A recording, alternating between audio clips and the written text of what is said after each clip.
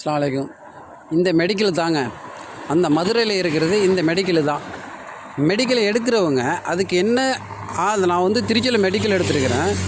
முதல்ல வந்து ரத்த டெஸ்ட் எடுப்பாங்க, அடுத்தது வந்து சிடி ஸ்கேன் போட்டு எடுக்கிறாங்க, அடுத்தது வந்து எக்ஸ்ரே எடுக்காங்க, அடுத்தது வந்து ஃபுல்லாக வந்து உடம்பெல்லாம் செக் பண்ணுறாங்க. அதுதான் மெடிக்கல். 5000 ரூபா கொடுத்தோம். அந்த 5000 ரூபாய்க்கு மெடிக்கலுக்கு அழகாக செக் பண்ணி 10 மணிக்கு போனால் 6 மணிக்கு கொடுத்துட்டாங்க. மெடிக்கல் பக்காவாக கொடுத்துட்டாங்க. அதேமாரி எல்லாமே நல்ல முறையாக முடிஞ்சுது. ஆனால் இவன் மெடிக்கல்னு சொல்லிவிட்டு இங்கே போய் ரத்த டெஸ்ட்டும் அந்த இது மட்டும்தான் எக்ஸ்ரே மட்டும்தான் எடுத்தாங்க. அந்த எக்ஸ்ரே எடுத்தது அதோடு முடிஞ்சு, எல்லாத்தையும் வெளியே போங்க முடிஞ்சு நான் ஃபோன் பண்ணுறேன்.